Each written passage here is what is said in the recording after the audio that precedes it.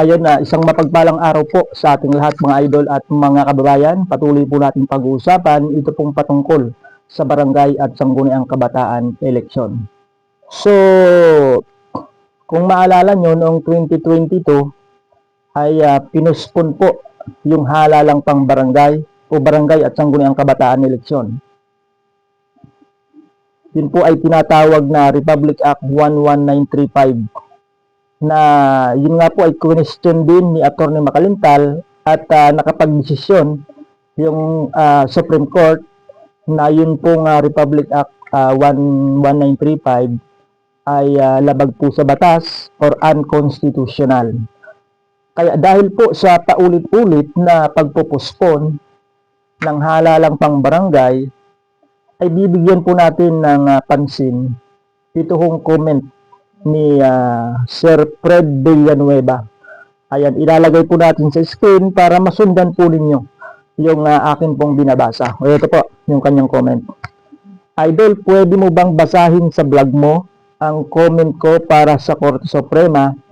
Di ba korte na ang nagsasabi na hindi dapat laging pinupuspon ang barangay eleksyon? Bakit walang silang magawa? Kaya nga sila ang kataas-taasang Korte Suprema dahil alam nila ang tama at maling batas. Bakit nila pinapayagang ipuspon ang barangay eleksyon? Alam naman nilang hindi tama ang pagpupuspon ng eleksyon ng walang sapat na dahilan. So, yung tono ng kanyang comment, mga idol at mga bayan, ay tonong patanong. Nagtatanong siya sa Korte Suprema, bakit daw ho nila pinapayagan na ipuspon yung halalan pambarangay? So kung maalala nyo, noong 2022 ay nagkaroon nga po ng postponement. Pero kung matatandaan ninyo mga idol mga bayan, bago pa man po makarating sa Supreme Court, ay talagang batas na yan. Talagang postpone na mga bayan. Mayroon lang Republic Act bago pa man makarating sa Supreme Court. Lalo dito sa nag-comment si Sir Fred Villanueva. Ayan. Bago pa man po makarating sa Supreme Court ay Republic Act na yun. So wala pong hindi po pakikialaman ng Supreme Court kung ano po yung ginagawa ng legislator, mga idol at mga bayan, ng ating pong mga mambabatas.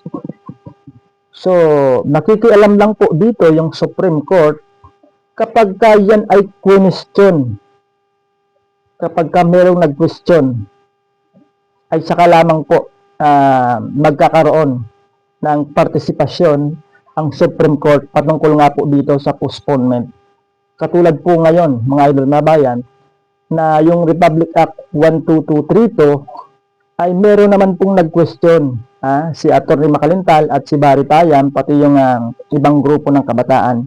So, dito lang po nagkakaroon ng partisipasyon yung pong Supreme Court. So, siguro yung sinasabi nitong nag-comment na si Fred Villanueva, bakit po nila pinayagan yung 2022 postponement? Dahil kung maalala nyo, yung 2022, ay idineklara nga po ng Supreme Court na yun po ay unconstitutional, labag sa batas.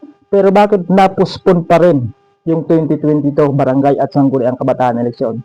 Dahil po, yan ay dahil po sa tinatawag na operative fact doctrine na katingin ko ito ay parang no choice na kundi ituloy sapagkat kapos na nga po sa oras, late na nakapag-desisyon yung ating pong Supreme Court at nakapag-imprint na daw ho yung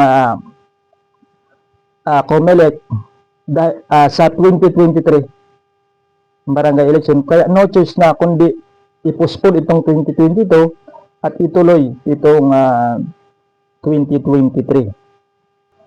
So dahil po sa pinayagan po ng Supreme Court na sige ituloy itong 2023 pero may kondisyon. Parang ganito parang may kondisyon yung Supreme Court. Ituloy itong 2023 Pero yung susunod na halalan ay 2025. So, yun po yung guidelines na ibinigay ng Supreme Court. Ituloy itong 2023, pero itong 2025 ay hindi na po dapat na ipagpaliban. Pero ano po ang ginawa ng ating pong mga mambabatas? Hindi nila sinunod yung guidelines ng Supreme Court. Hindi nila pinakinggan, hindi nila ginalang kung ano po yung kondisyon na binigay ng Korte Suprema. Kaya sa tingin nyo, papayagan pa ulit ito ng Supreme Court? Sa tingin ko mga idol at mga bayan, dahil nakikita naman natin na mabilis po yung aksyon ng Korte Suprema. Sa tingin ko, before siguro October 1, kasi October 1 po yung filing ng Certificate of Candidacy para sa 2025 December election.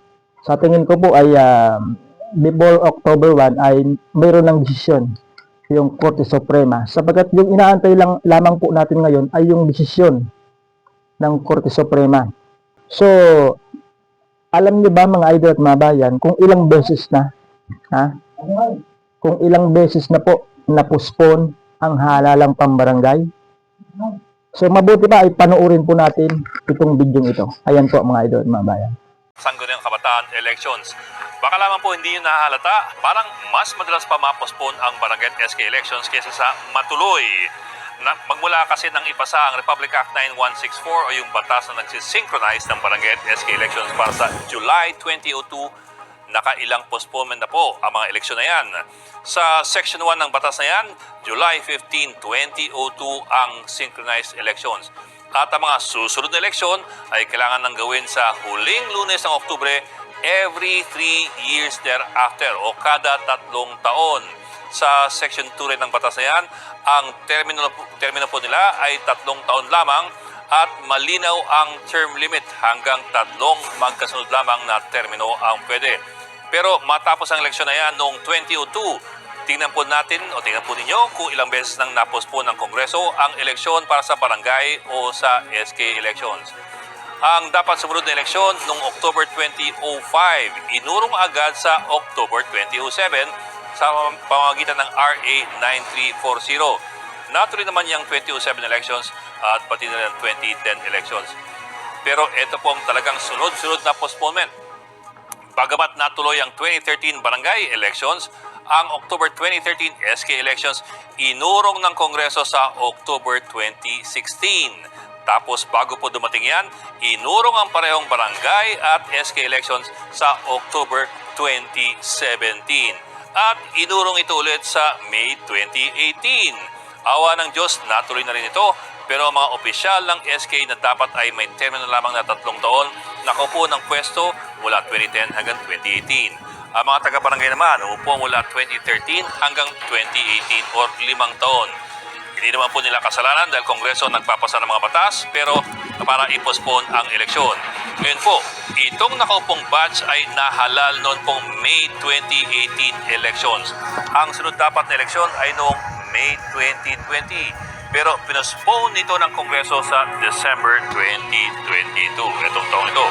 At itong buwan nga, inurong na naman ng Kongreso sa 2023.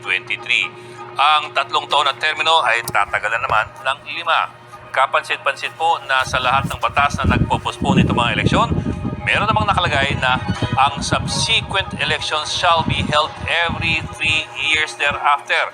So, malinaw na matagal nang ginagawa ng Kongreso itong mga postponement ng eleksyon. Ang tanong ngayon ay pwede ba dapat ito ayon sa batas? Yan ang tanong ngayon ni election lawyer Romulo Macalintal. Nag-ahin po si Macalintal ng petisyon sa Korte Suprema para ibasura itong pag-postpone ng eleksyon. Ayon kasi kay Macalintal, itong ginagawa ng Kongreso ay labag sa konstitusyon. Wala raw kapangyarihan ng Kongreso na ipagpaliban ng barangay elections o i-extend ang termino ng mga nakaupo. Pero ano ang nakasaad sa konstitusyon? Sa konstitusyon kasi, ang malinaw ay ang termino ng presidente hanggang congressman. Sa Article 7, Section 4 ng konstitusyon, ang eleksyon ng Pangulo at Bise ay sa pangalawang Lunes ng Mayo. 6 na taon po ang binibigay sa dalawang posisyon na yan, 3 taon naman para sa mga congressman. Malinaw din sa konstitusyon, ang termino ng mga opisyal mula Pangulo hanggang congressman ay natatapos dapat ng June 30 ng kanilang huling taon. Pero wala pong direktang nakasaad sa konstitusyon para sa mga lokal na pwesto gaya po ng barangay at sangguniang kabataan. Kaya sa huli, ang gumagabay sa mga pwestong ito ay ang Local Government Code, ang Omnibus Election Code at ang Synchronized Election Act. Medyo mas maluwag ang patakaran pagdating po sa barangay at SK elections.